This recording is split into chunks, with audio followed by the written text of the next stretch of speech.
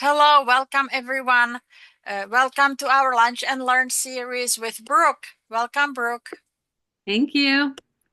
I'll do a quick introduction. My name is Brooke Seiz. I'm a functional medicine nutrition provider and also an LCPC licensed clinical professional counselor.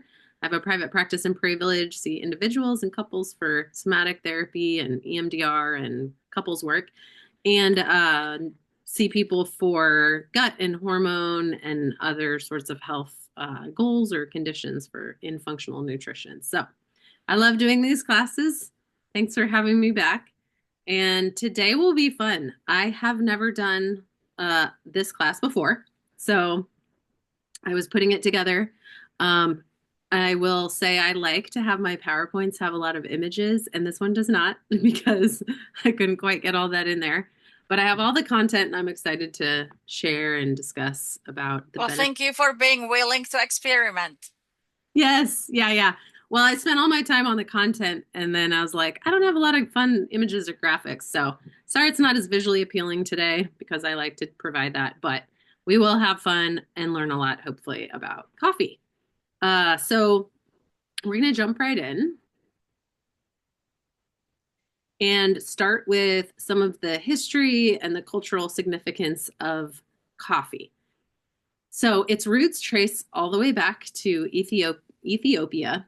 And legend has it that there was a goat herder that was named Kaldi who discovered coffee when he noticed that his goats became energetic after eating red berries that were from a particular shrub. Later on, those berries were identified as coffee cherries.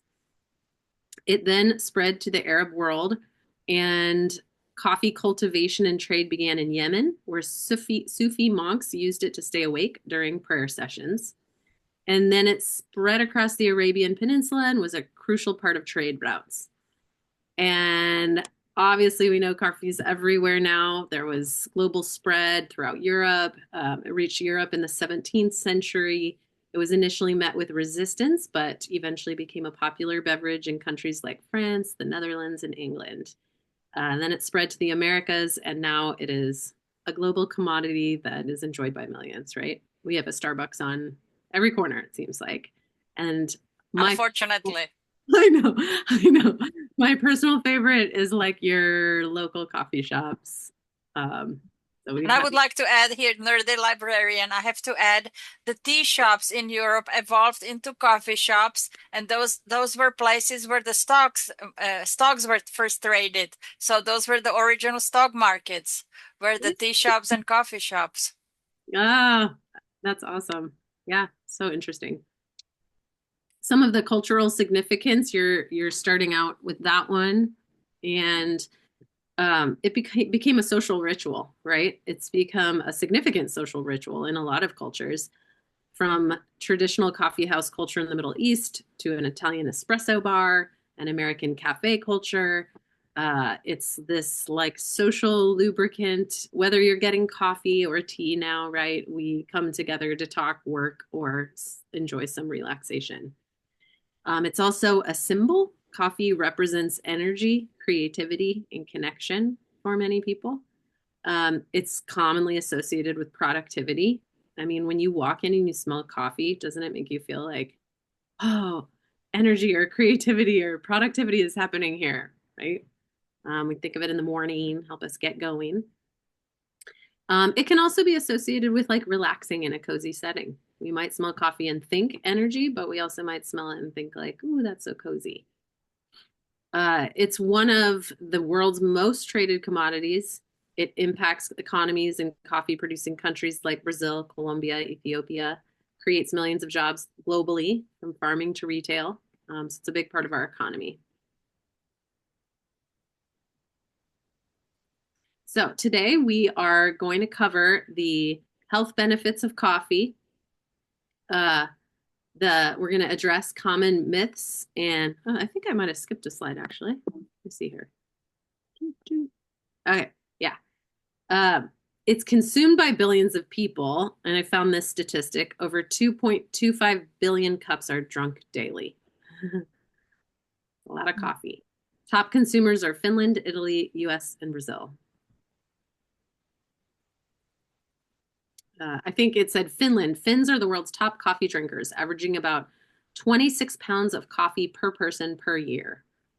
And it's drunk in larger quantities, like 4 to 5 cups per day. Italy's more known for its espresso culture. And, here in the US, we've got everything from lots of drip coffee and iced coffees, fancy lattes, cold brews, all of that.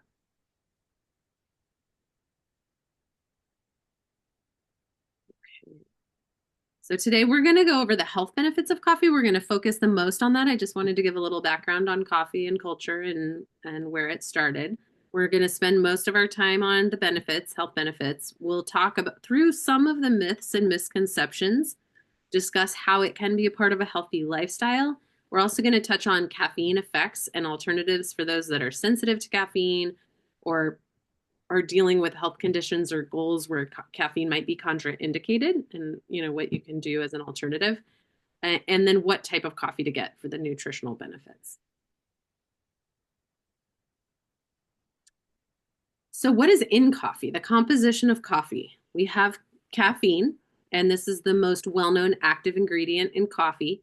It's a natural stimulant that affects the central nervous system. What it does is it blocks something called adenosine, and that is a neurotransmitter that promotes relaxation and sleepiness. And so as a result, caffeine can promote wakefulness, alertness, and energy. Coffee also has antioxidants. It's packed with quite a lot of them. And this combats oxidative stress in the body by neutralizing free radicals. So what that means is that as we breathe, as we eat, as we go day by day, we are oxidizing. It's how our body deals with the negative things that get in that it doesn't want, such as like toxins. It's how there is some natural oxidation as we breathe. So you can think of oxidation sort of as aging, but we can age too fast if we're taking in too many oxidizing chemicals or particles. If we're taking in antioxidants, it helps balance out that aging process. It helps balance out the oxidation process. And so it can help us age more gracefully. Oxidative stress is linked to aging, as I mentioned, plus several chronic diseases like cancer and cardiovascular disease. And so antioxidants are an important thing to get in the body to support our health and prevent these types of things. Chlorogenic acids are in coffee, and these compounds are a type of antioxidant that's found in coffee, and they also contribute to the bitter taste of coffee. Chlorogenic acids have benefits for controlling blood sugar and improving metabolism. Some other bioactive compounds in coffee, I always forget if you say diterpenes or diterpenes, it's diterpenes, but they're found in coffee oils, and they are compounds that can have both positive and negative effects on health. Cafestol, there's two different compounds that can raise cholesterol levels, but they also have anti-inflammatory and anti-cancer properties. So, they have positive and negative effects, might affect cholesterol in some people, but also anti-inflammatory and anti-cancer. There's another compound called trigonelline, and that is responsible for the characteristic aroma of coffee. So the smell that we get when we walk in a coffee shop. It also has neuroprotective effects, which means it can help protect our nerve cells in our brain and our nervous system, and anti-inflammatory effects. So it helps combat inflammation. The coffee bean comes from the seeds or the beans of coffee cherries, which grow on coffee plants in tropical regions. There's two main types of coffee beans, Arabica and Robusta. Arabica beans are considered to have a milder, sweeter taste, and they're higher in antioxidants, while Robusta beans have a stronger, more bitter taste and have more caffeine. So the flavor profile of the coffee that you're drinking is going to be very influenced by the growing conditions, like the region where it's grown, the processing method used, factors like the soil type, the altitude, the climate conditions, and that's all going to contribute to the final actual taste of the coffee. And if you are a coffee drinker, you probably have noticed that like different coffees have very different flavors.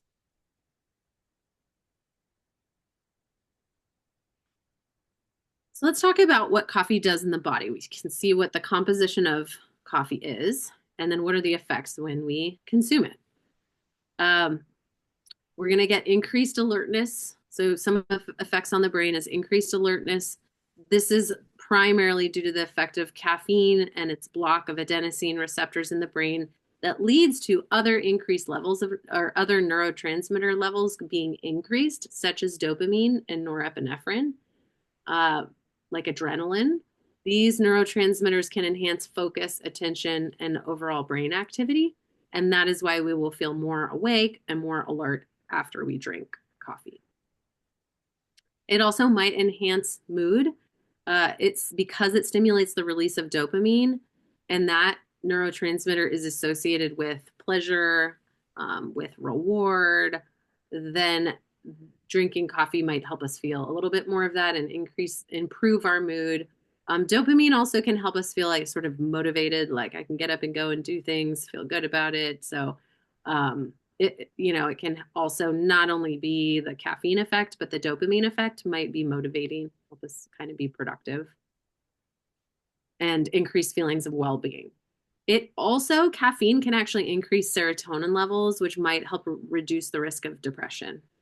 So serotonin is another neurotransmitter that helps us feel kind of it's like considered the feel good neurotransmitter. It's not an activating neurotransmitter like dopamine or norepinephrine where we're like, oh, I want to get up and do stuff. But it just helps us feel good. Which we need these days. Oh, yes, we do. That's right. It's the theme of clients coming in for therapy over the last few months is just like, where do I go to feel good? It's winter, a lot going on. I need to feel good. Yep. Cognitive function is also a beneficial effect from drinking coffee. It's been drinking like moderate, regular consumption of coffee has been linked to improved cognitive performance, especially in tasks that require good memory, attention, and problem solving. It might also delay the onset of cognitive decline in older adults. So there's some studies indicating that it might prevent cognitive decline in older adults. Some effects on physical performance. Caffeine's been shown to enhance physical performance by increasing the release of adrenaline, right? So that's our like go. That's our adrenals pump that out when we needed to run. So it makes sense that with physical performance, if we have some coffee, we're getting that adrenaline that gets us up to go. It's a fight or flight hormone. And when we're exercising or doing physical activity, we are inducing a stress response, and coffee will cause more of that hormone to be released. So it might help us in that activity. It can lead to greater endurance during physical activities like running, cycling, or weightlifting.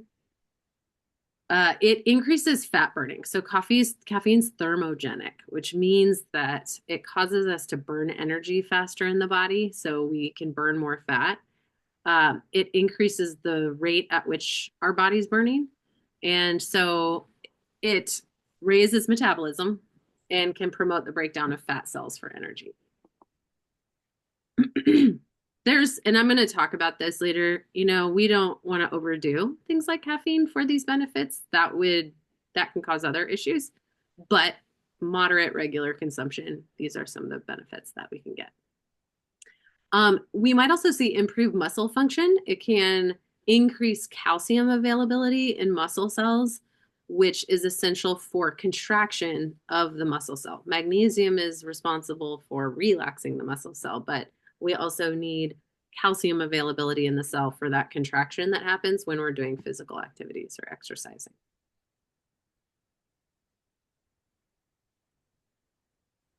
Some different types of coffee and some benefits of them. So we've got espresso.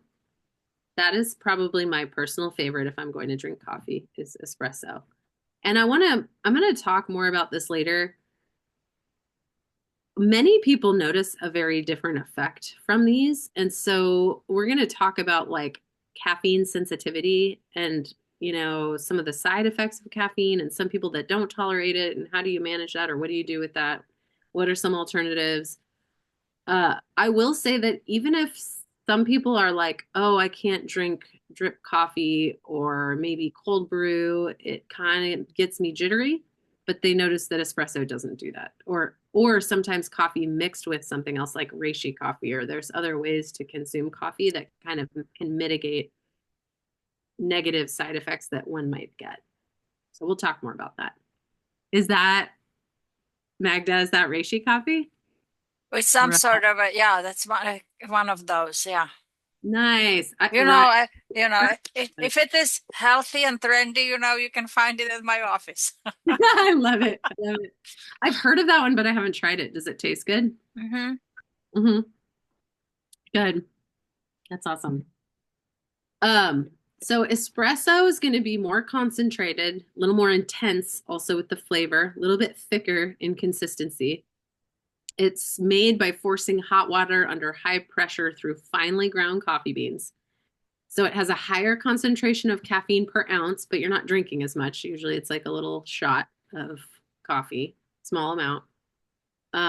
And so it's more caffeine per ounce compared to drip coffee. It makes it a quick and potent energy booster. It can deliver a quick caffeine kick with a rich, robust flavor. Also, though, that is what is used to make lattes or cappuccinos. So it might be a full 12 ounces of liquid, but most of that is milk or something else. And then it's like a little bit of espresso in there. Or you can sip on the espresso by itself. What is the Spanish? Is it called a cortado? It's kind of sweet. I think it's made with condensed milk. My brother was in Spain for a year and a half or so, and I remember he would always drink the cortados. And when I went there, it was a little too sweet for me all the time, but it was like so delicious because it was espresso with this kind of sweet, thick. I think it might have been condensed milk added. We'll talk about, keeping the coffee healthy because probably that every day is a decent amount of sugar.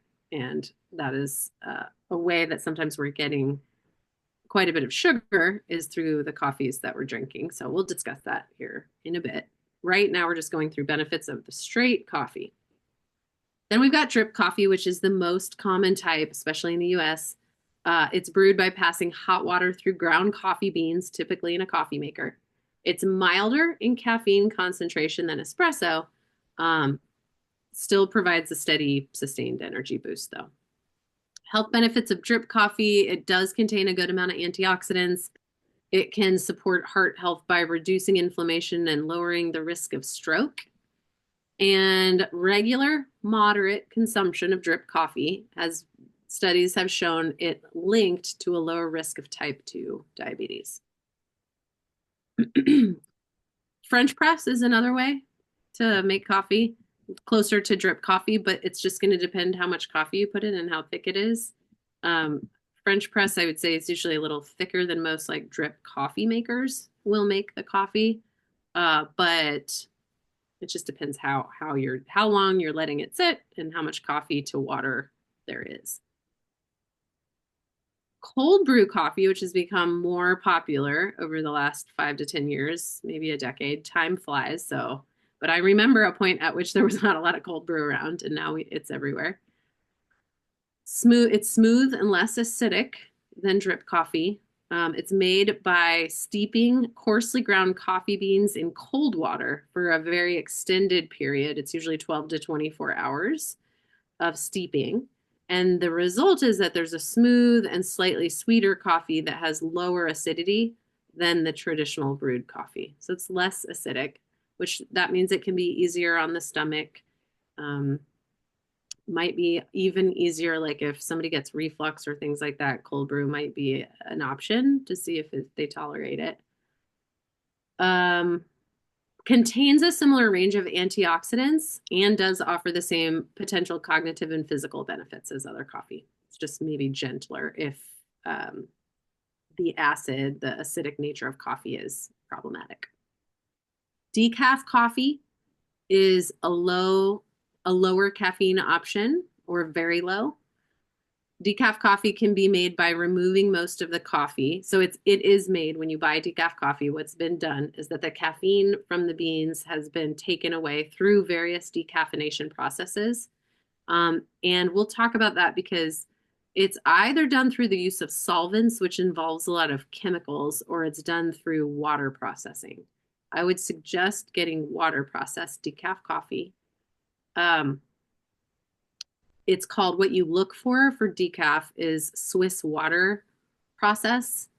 What happens with the solvents is that there's things like methylene chloride or ethyl acetate, which are chemicals that can be harmful if we're getting trace amounts of that to extract the caffeine. Also, aside from just like any potential chemical, I mean, it's supposed to be removed, but what those chemicals do to the bean and the coffee ultimately is that they can damage the body and the flavor a little bit of the beans. So the taste can be impacted. Also, coffee beans have around 1,000 chemicals that are essential to its taste and aroma. So the extraction of the caffeine can strip away some of the natural oils and some of the antioxidants. So we might lose some of the health benefit when it is decaffeinated in that process. However, Swiss water process retains most of the coffee's flavor and the potent antioxidants that are in the coffee. So it's going to be the healthiest decaf coffee that's available. It's more earth friendly too because it's a chemical free way of processing and decaffeinating the coffee. So if you're drinking decaf, or you can do half calf, which is like half regular, half decaf. So if you're brewing your coffee or you're doing espresso or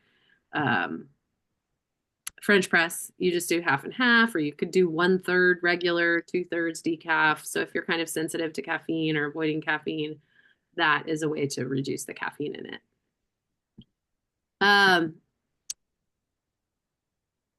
Same health benefits, especially if we're getting that Swiss water processed decaf coffee. And I find that some of those other, maybe, and this is my personal anecdote about this, I am sensitive to caffeine. I love to have an espresso once in a while, but I don't tend to do it daily. I will switch between green tea and maybe some pu'er tea is one of my favorite types of tea that's got a little more caffeine, and then the occasional espresso. I'll do reishi coffee once in a while if I feel. I find that when I'm doing therapy, I can't do caffeine because I want to be real calm and chill with people. But when I'm on the weekend with my kids running around, I'm like, give me an espresso in the morning because I'm never going to stop moving today. But if I'm calm and relaxed and using my brain, it makes my body feel a little too activated, and I don't move as much in my work. I move a little bit, but so I want to feel relaxed in my body in the office, and on the weekend I need to feel like I can get up and move. So you can also use, all these morning beverages can rotate depending on what you're needing for the day. I find personally that when I do decaf, there's something that's stimulating about it still. I know it's got a little bit of caffeine. I don't know if it's a sense memory of coffee, like just the smell and the taste, like kicks my, I actually get a physiological response, or if it is some of the other things we're talking about that are a little bit stimulating, like a dopamine response or something like that. I'm not sure, but just throwing that out there that it's interesting how we respond to things. And some of it might be when we say it's all in your head, which I don't think it's all in your head, but it's all in your nervous system memory, right? We might be having like a response to the memory of drinking coffee, or maybe there are some of the compounds that are actually making me feel a little more the feeling of coffee as opposed to caffeine that's in tea. All right, so mental health benefits of coffee. We talked about an enhanced cognitive function, and that caffeine in coffee can act as a central nervous system stimulant and increase dopamine, norepinephrine, increase cognitive performance, right? We also see a boost in memory, and studies have shown that caffeine can improve both short-term and long-term memory, and that it enhances the brain's ability to form and retain memories. And that is why many people feel more mentally sharp and are able to retain new information after drinking coffee. It also, and most of us know this, increases mental alertness, right? And it reduces the perception of fatigue and increases vigilance. So it can help us stay alert and productive. It might be valuable, like I'm saying, on the weekends when I'm like, okay, I'm going to be running around to soccer games and things like that. So tasks that require, and it might be for some people the mental focus. I don't struggle with that too much through the week, but I can kind of run out of physical energy if I'm like, really on my feet all day for 2 days in a row. So I find personally that it helps with my physical, which we're going to talk about in a moment, alertness. It can also be important for mental alertness or useful. Uh, one last thing to say on the mental health benefits. There's a reduced risk of Alzheimer's disease and Parkinson's disease. Because of the neuroprotective effects, it can reduce the risk of Alzheimer's disease. And it may also be some of the antioxidants and anti-inflammatory properties that are in there.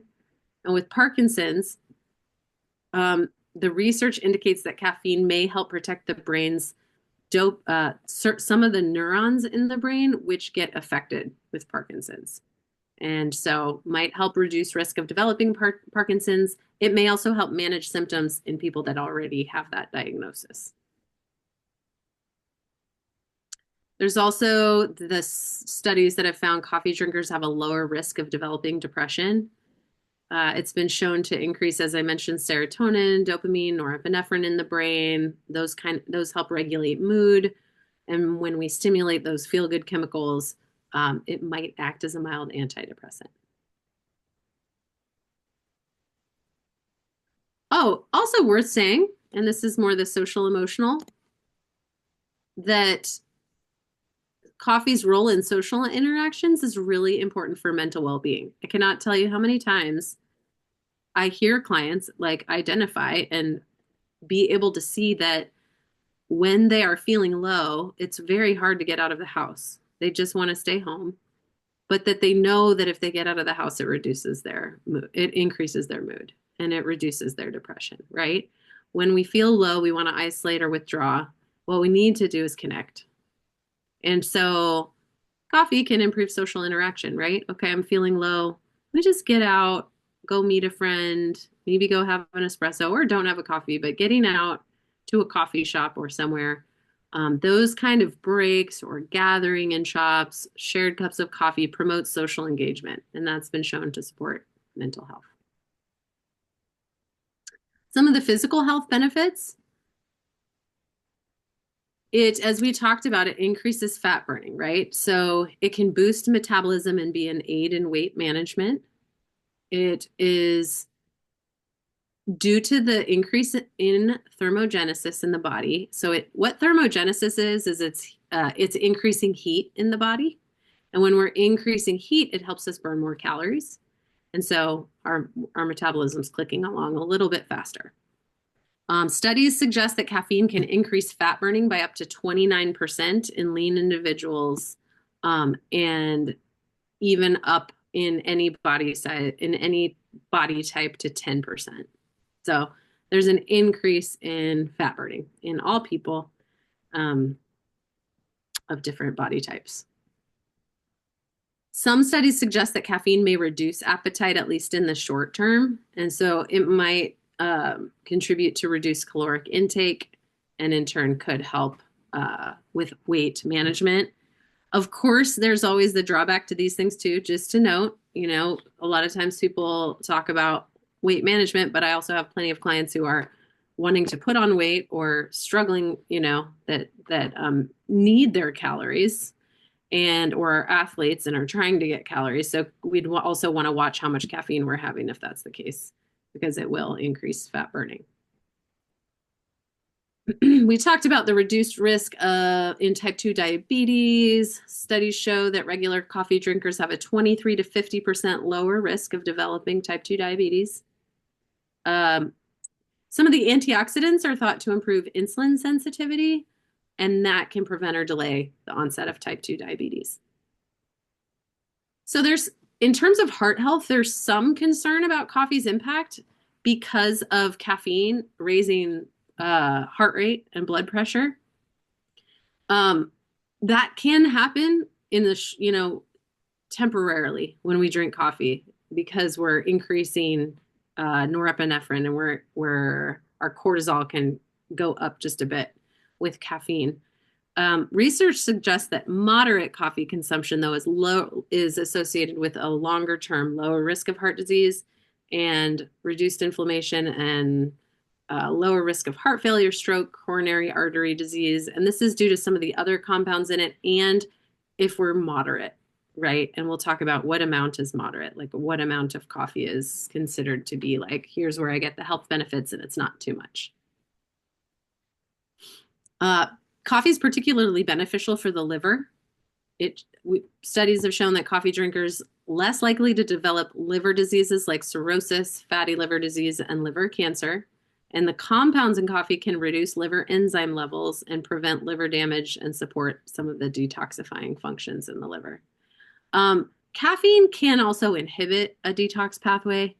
And so that's notable as well, just to note that, and this is my kind of balanced approach to caffeine, is that it's good to take breaks. It's good to do everything in moderation, and it's also good to give our systems breaks. And one of the things that can happen with caffeine when we take a break is that it gives our adenosine receptors time to reset, meaning that we'll be more sensitive to a smaller amount when we start drinking it again and not have to have a little bit more to keep getting effects if we get kind of adjusted to the amount that we're drinking. So we'll talk about that a little bit more. And it gives our liver, it gives one of the pathways in our liver a little bit better ability to function. But then there's some other pathways and effects we get that are positive for the liver. So you see pros and cons there. In terms of cancer prevention, coffee has various different compounds that we've discussed, like the antioxidants that can reduce certain cancers like liver, colorectal, and breast cancer. Interestingly, with liver cancer, studies showed that people who regularly drink coffee are up to 40% less likely to develop liver cancer. Pretty high.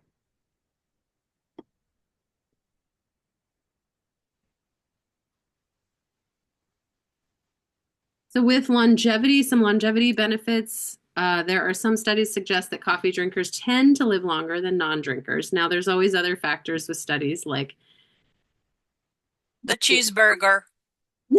Right. Yeah. Like are people who drink coffee more likely to eat a vegetable? I don't know. That could be why. But studies show that, it is a positive thing, but maybe there's other factors as well. But there's all these antioxidant properties, cardiovascular benefits, so that can be that's potentially why. A study published in the New England Journal of Medicine showed that coffee consumption was associated with a lower risk of death from all causes, including heart disease, cancer, and respiratory diseases. So there's also some protection against age-related diseases, as we've discussed, and some of the social emotional benefits, along with being a social connector, is that we might have faster reaction time, faster decision-making skills, and feel like we can get into a creative space more easily when we're doing that. If we're taking time to relax, so how many of you, and you don't have to answer, but do you have a ritual? I know so many people, it's kind of like, oh, when I get up in the morning, I just take that 5 minutes to sit down, or I take 30 minutes and I sit and I think about things, or I pray, or I, whatever, meditate, or whatever the ritual is. It's this kind of time to connect with oneself as well as maybe also a thing that helps connect with others. So that can reduce stress. That can be a big way that we slow down for a little bit. Okay, let's debunk some coffee myths. So coffee can dehydrate you. What coffee actually does is that it is a mild diuretic. So that means that we are going to urinate more. It's going to increase urine production, which means we can lose more water. So might make us feel like we're more dehydrated. What's actually happening is that we're losing more water, so we need to drink more water.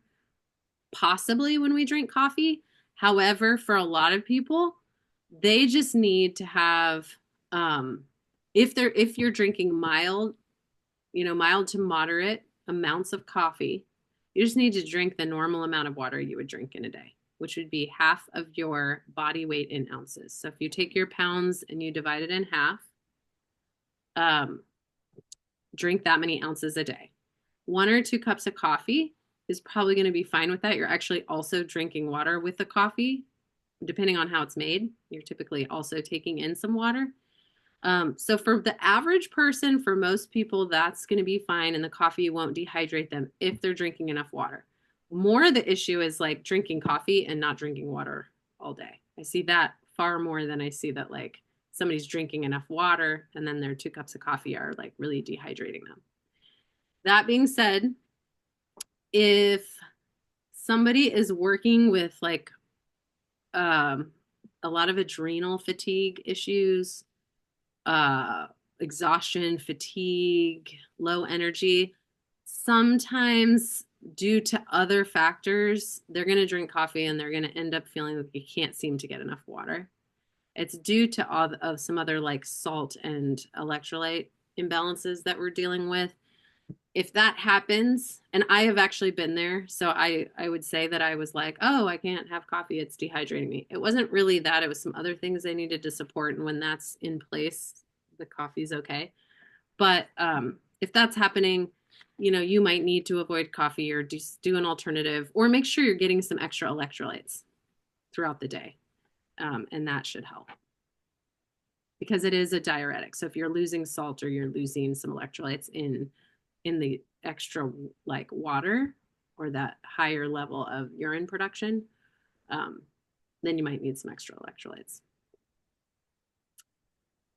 Coffee is bad for your heart. So we've already kind of debunked that, right? The reason this is a myth, or the reason this is there, is that caffeine can raise blood pressure and increase heart rate temporarily. And so, but it doesn't seem to have a long-term effect on blood pressure or heart health. And again, when consumed in moderation. A lot of these things are when consumed in moderation. And as we saw, there's actually like benefits to the heart if we're doing that. Caffeine is highly addictive. So the addictive nature of caffeine, it's drinking coffee daily the myth is that drinking it daily will lead to dependency or that it will lose its effectiveness over time.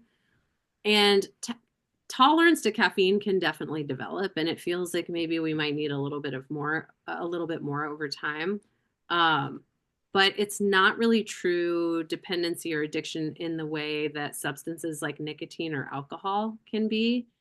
And what I mean by that is if you do a caffeine withdrawal, it can feel kind of rough for a few days, but it's usually only a few days. Whereas like things that are really addictive, they last a lot longer typically, and they can be like a lot harder to get off of.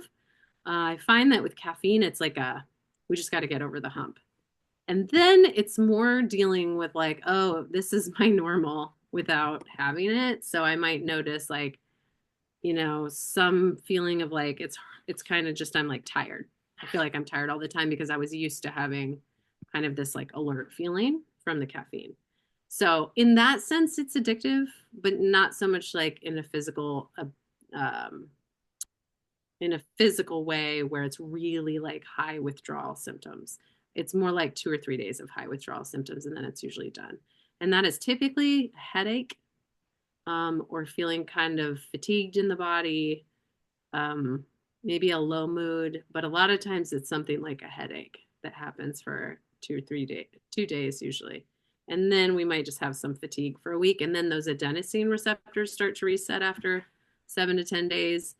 And that's why doing like a detox or something where you just take a week or 2 off of coffee can be beneficial. And then you can add it back in, and there's kind of a reset that happens. And you might notice that you don't need 2 or 3 cups and you're fine with 1.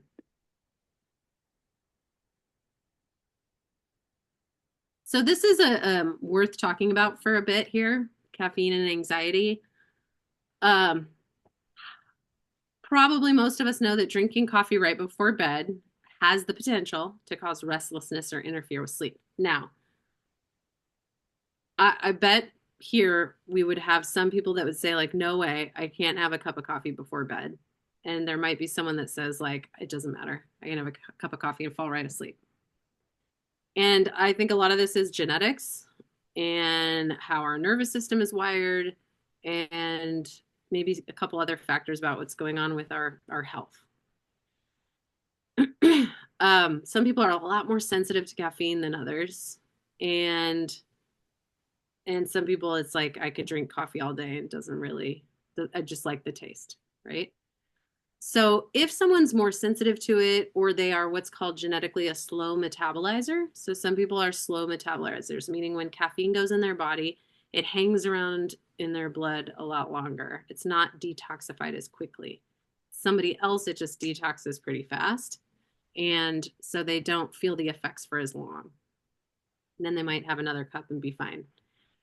There are slow metabolizers that have a cup of coffee at 10 a.m. and they're still feeling it by 6. Like they can only have it at 6 a.m. and then they're okay by 6 p.m. So a lot of this is just individual and kind of figuring out, how am I affected by caffeine? What does it do to me? For people who already have anxiety, I always test out caffeine because it is a stimulant. And so if we're already feeling upregulated in our body, and it's what I'm talking about a little bit is like if I'm at work and I'm trying to focus and stay on track, and I'm also trying to be relaxed and I'm thinking a little bit faster, sometimes caffeine does give me this feeling of anxiety in my body. It's like a little too much for what's happening. Whereas like on the weekend, I'm not feeling upregulated mentally. I'm not working as hard. I'm kind of relaxing with my kids, but my body needs to keep going and keep moving with them.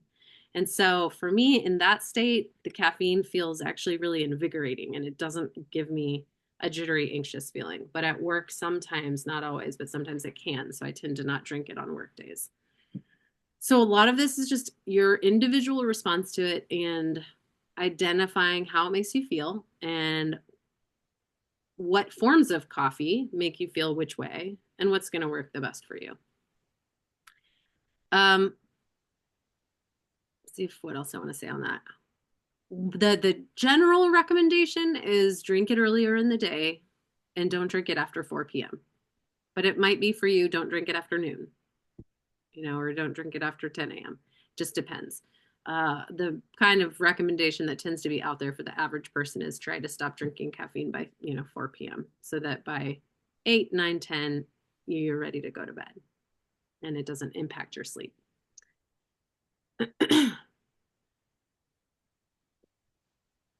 I do find in practice that there are people that when we take their coffee away and their nervous system settles, that it really helps their anxiety. So if that is something that if you're a regular caffeine drinker, especially if you drink it through the day, might be worth playing around with it and doing like a 10-day to a 2-week pause on coffee, and then test out some different kinds, like test out drip coffee, test out espresso, maybe try like a reishi coffee or what Magda had. Like, I'm not sure what all's in there, but there's some that I combine like think mushrooms. Those are mushrooms.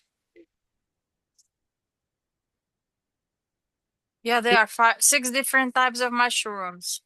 nice. I just pulled it up. Yeah, I'm looking at it. Um, that's awesome. I mean, those are really great. And one thing I'll say on that is that, and I know the most about reishi in terms of what it does with coffee, but the other mushrooms will have different benefits too, is that reishi can slow the absorption of the caffeine. And so it makes like a more smooth feeling from it. So less of a rise and a drop and more of a smooth kind of like just elevated alertness, right? But not so up and down. So reishi can do that. Reishi also helps to balance out cortisol. So it's going to help with Mm-hmm. the response to caffeine. It helps with hormones, anti-inflammatory. So I've seen a lot that will put reishi in there, and now they're putting like other mushrooms, which all have their own benefits. And then I don't know, some of those like lion's mane or chaga, they may actually have a synergistic impact with the coffee or the caffeine as well.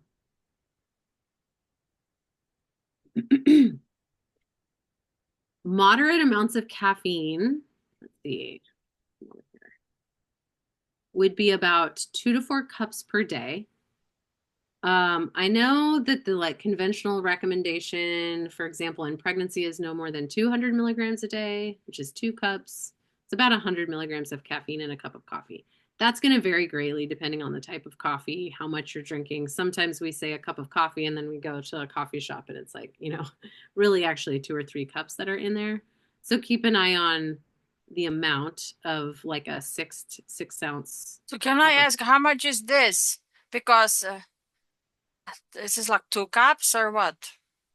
Do you think that's like an 8 ounce cup? Six? Let's look.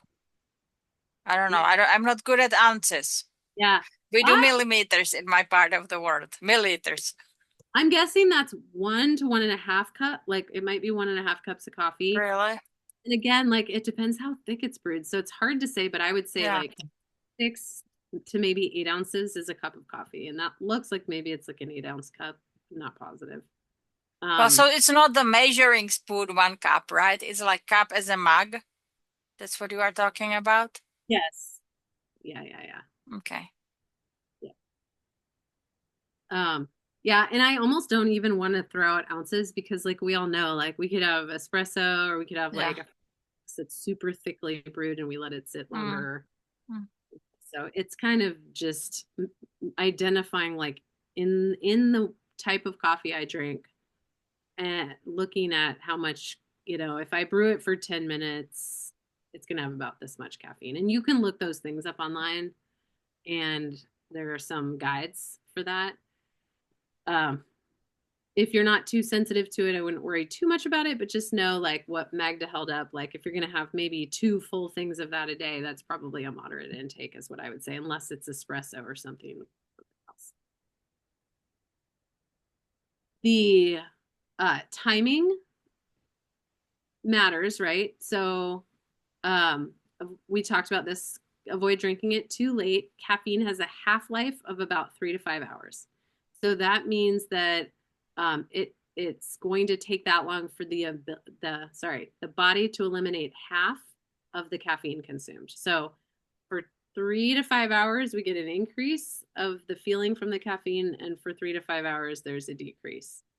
So for some people, drinking it at 4 by 10 p.m., it's gone from the body, right? If it's 3 hours. But what if somebody's a slower metabolizer and it's 5 hours?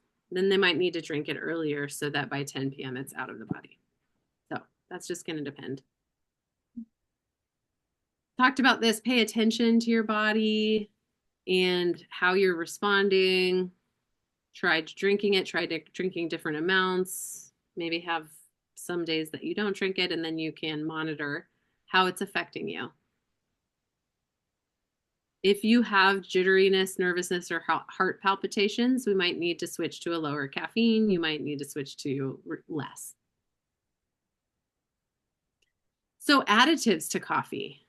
What are we putting into the coffee? Are we adding milk, sugar? Are we adding cream? Are we adding dairy versus non-dairy? And all of that's going to be individual choice.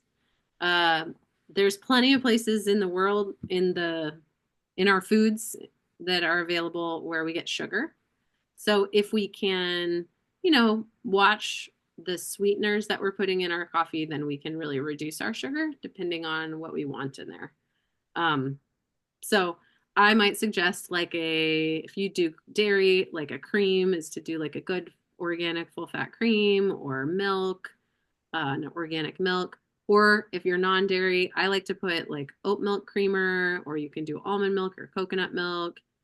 And then if you're wanting to sweeten it, you might try something like, I personally I get a lot of people that don't really like the taste of stevia in coffee. It's not my favorite, but that is a non-sugar natural sweetener you can use.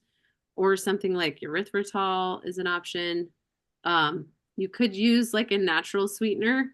I've had people use honey in coffee and they don't mind it at all, and it kind of sweetens it. Or you might not like that flavor, or just like a cane sugar. But again, just it's individual choice. Just knowing that if we're adding that, we're getting more of the sugar. on a daily basis in our coffee. So if we can get used to the enjoying the bitter taste of it and cutting it with some milk or cream, that can be an ideal way to consume coffee. Quality coffee beans, organic, opting for organic is a great way to go. We're avoiding the use of pesticides and chemicals in the production of the coffee. It's grown without synthetic fertilizers, pesticides, herbicides. That also, what happens is when we grow things with those, it reduces the phytonutrients, which reduces the antioxidant amount in the coffee. So it's going to be you're going to get more of the health benefits from organic coffee because of the impact of the plant when it's grown using pesticides. Because part of what those compounds do is they protect the plant. And so if we're using other things that are external protectors, it doesn't build as much of its own. And so that lowers the antioxidant levels of it once we consume that food or that drink. You can also choose coffee with low acidity if that's helpful for you. And then we want to watch for negative symptoms of overconsumption, which might be jitters or anxiety, elevated heart rate, insomnia, disrupted sleep, sometimes digestive issues. Is it bothering our gut? Do we need to make some adjustments there? If we do, and we need some healthy alternatives, we can try decaf or half calf, which we talked about, or the reishi coffee. There's also, if you want like a total, this would not be coffee, so we'd be getting altogether different health benefits from it. There are herbal coffee or alternatives like chicory root or barley coffee. Tea, there's a roast aroma tea that's not coffee. It has, but it brews real thick. So those are some alternatives, but you might start if you love coffee and you want some of the health benefits. Try a Swiss water process decaf with a little bit of regular. See how that works for you. All right, right up to 12:53, so we have a little time for questions. Perfect. You did an excellent research. And I would just like to chime in. In February, we had Zach of Meta Coffee, and he was giving presentation on like different types of coffees, how they are grown, and how to make the perfect cup of coffee, how to grind the beans to certain, and it's recorded on YouTube. So if you want to watch it, and also I have known Zach for a very long time, and he is my favorite coffee shop, and he's recently opening a new one on 87th Street next to, it's not called Jerusalem, it's called Holy Land, next to Holy Land Cafe. And he said actually all these milks and like syrups, it actually camouflages it and covers up bad quality coffee. So what is he going to carry? I don't think he even will have espresso, but he has fancy machines, all these drip coffees. So where you can really get to taste good beans. And also I would like to plug in like socially responsible, or however is it called. So you buy coffee which the farmers are paid decent wages, so they don't get paid 10% of actually what will be sold in the United States. So, and I forgot to, Zach's coffee shop is called Meta Coffee, and I always say it's the original Meta because he had the name for like 15 years. And also, when you did a really good research on the cholesterol in coffee, and because I forgot which doctor is it. It's one of the holistic doctors in town. A friend of mine had problem with cholesterol, and he said when you do drip coffee, put there a filter. It will trap the oils. Oh. So that's what, and then it's somehow it improved his cholesterol. And then also there is some of these DNA tests. They test for if you are the fast coffee burner or not. So there's even a DNA test for it. And those are all the things I have to say. I love it. Those are great. So yeah, you did a great job. We are always happy to have you here. So please check Zach with Meta Coffee coming to a neighborhood near you soon. Thank you so much. Thank you.